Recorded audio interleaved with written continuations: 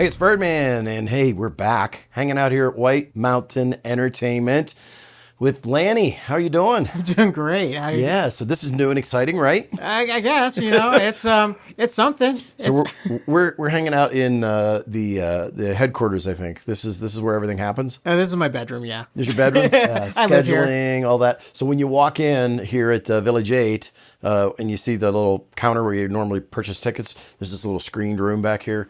That's where we're hanging out. Yeah, pretty much. So, talk to me about how it's been. Let's back up a little bit because Birdman was this part of Birdman was offline for a couple years after COVID. That's your fault, not mine. It is my fault, but we fixed that. We're moving forward now.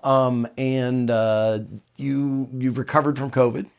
Yeah, it was a long, hard road to recovery. In fact, we're still feeling the growing pains of it, or the pains of COVID. Right. Because one, our industry, the movie theater industry, Yes. is based off movies. Yeah. And if the content is good, we're going to be good.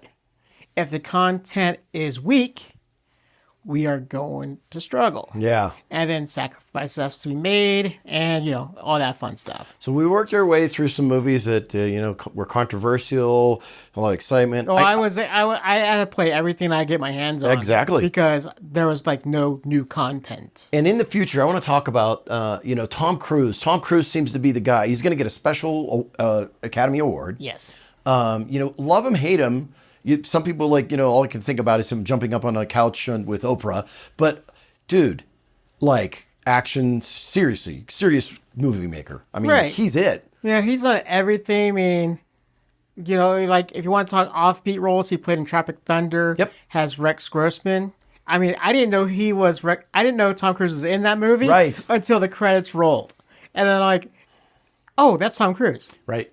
So I was like, huh. And they're actually talking about making a movie out of that character. Yeah, I mean, it's a good role. I mean, it is a movie executive role, I think, to more of extremes. Yeah. But it's a role that he fit and he played, and that shows his diversity of acting. But anyways, he's not just an action star. So what's happening right now? Let's talk about this week in theaters this weekend. What's a hot ticket? We got 2 new movies coming out, starting on the 20s. I think we're on the 27th. Okay. Yeah, that seems right. All my days just blur together. Is it together. Thursday or Friday? Friday, coming up Friday. Actually Thursday premiere of F1 the movie. That looks good. It's very niche because it's a F1 racing series that's in Europe where if you're not familiar with F1 racing, there's right-hand turns and left-hand turns. Oh yeah. Like NASCAR's all left-hand turns. So this one has both turns. And it's Brad Pitt. But Brad Pitt is the anchor of the movie, and he's the one who's people are going to see. I mean, since I'm into F1, I'm like, okay, I got Brad Pitt and F1 to watch.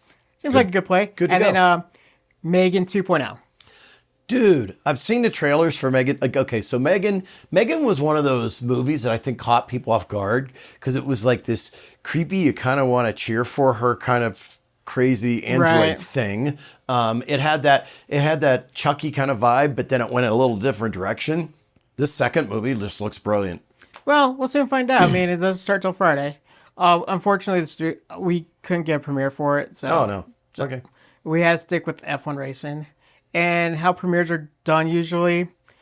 Studios will say, the studios will either give us an opportunity, or they say, hey, you can do this Thursday at X time. Right. So in this case, we had to have some sort of special permission. So I'm like, okay. It happens sometimes. And it's normally, every time we do a request like that, we usually get accepted. So it's not like, it was like, oh, it was a rarity. It's like, oh, that sucks. Cool. So I was like, okay, life goes on, what are you going to do? You can't worry about it. Yeah. And I can't really fight it. Can't fight the system anymore since I'm a small 13 screen chain here. They don't really care about that. So that's why we miss some movies we'll miss here because they don't want to be in the market. Right.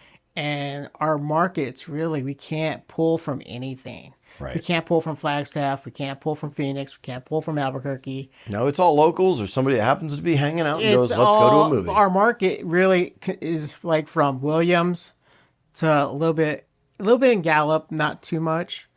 But as far south goes, we got Globe. Right. We could go, but all that population, though, doesn't equal Valley population. Right. Or even Flagstaff population. Right.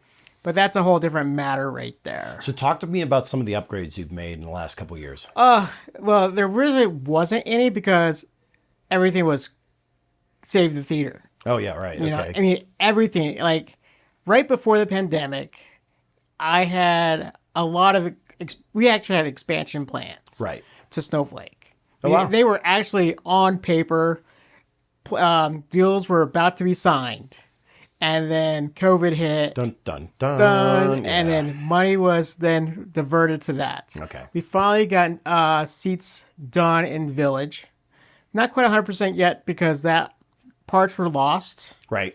I mean, think about a company losing parts, you know. I mean, boxes went to California. Right. Hollywood, actually. So, and we don't know what happened to the little flappy rest. So they have to remake it on their own dime. Oh, wow. And then they will have to install it when summer's over. Okay. So then the whole seats will be Then all the seats will be done. Yeah. Awesome. Okay. So cool. that, and then future plans, we got carpets coming up, new sidewalls. In next probably 3 to 5 years, laser projectors with new screens. Nice. Because not this Avatar coming up, the one that's in 2029, 2030. Right.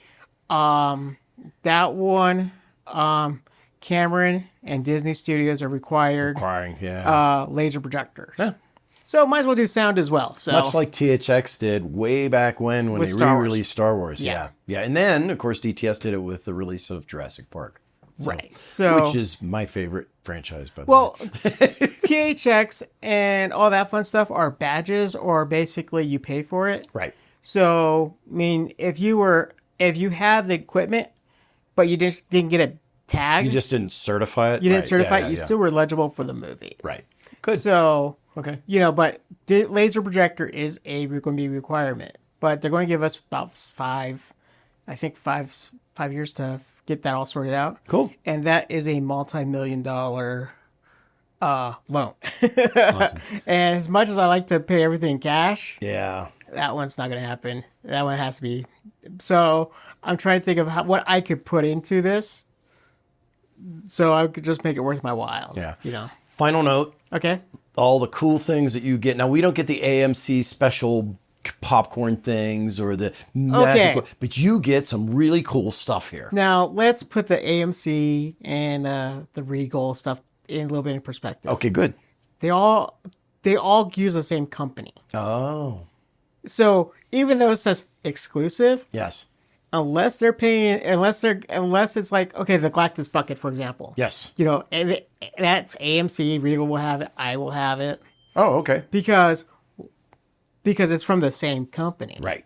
You know, so if you look on, and I've tried the one thing that I look very carefully on, because I do know the players involved on eBay up here.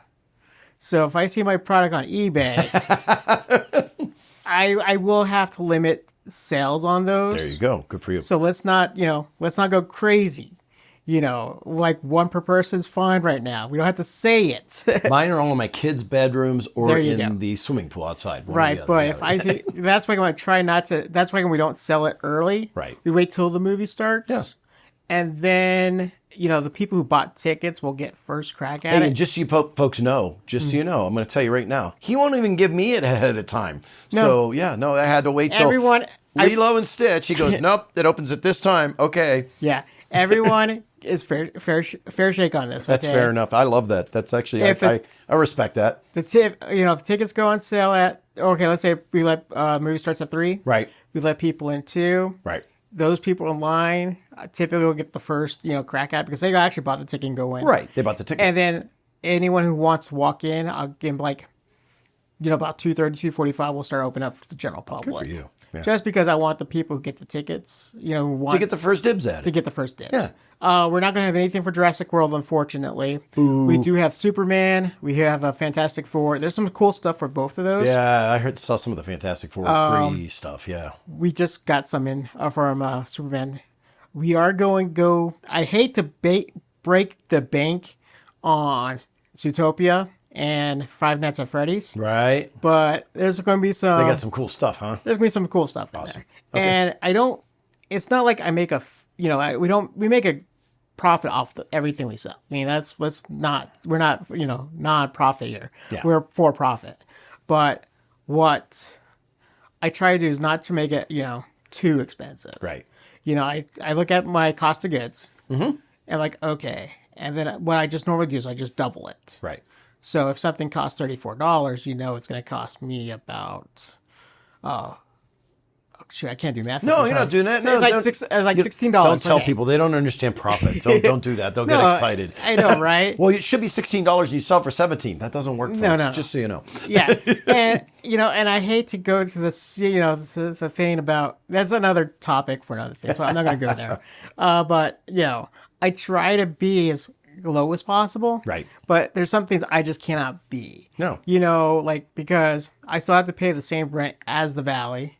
Or not rent, but mortgage payments. Yeah, you got to turn on the lights. You got to pay for electricity. You got to pay for heating. You got to pay for employee costs. You got to pay the employee costs, and you've got all the additional costs when you have employees. Yeah, exactly. And then you got to worry about if the movie's supposed to do good and doesn't. Yeah. Then like, oh crap, you're just holding the bag there. Yeah, that stinks. So it's happened that sometimes like you don't think the movie will hit. Right. And next thing you know, it's sold out for the next 5 days. So cool. I wish that happens more often. Well, thank you, Lanny, for your time. No problem. This is another Birdman on the Mountain behind the scenes. So make sure you check out all of these on the audio podcast. And like I always say, if you don't see me around town, I catch you right here on the web.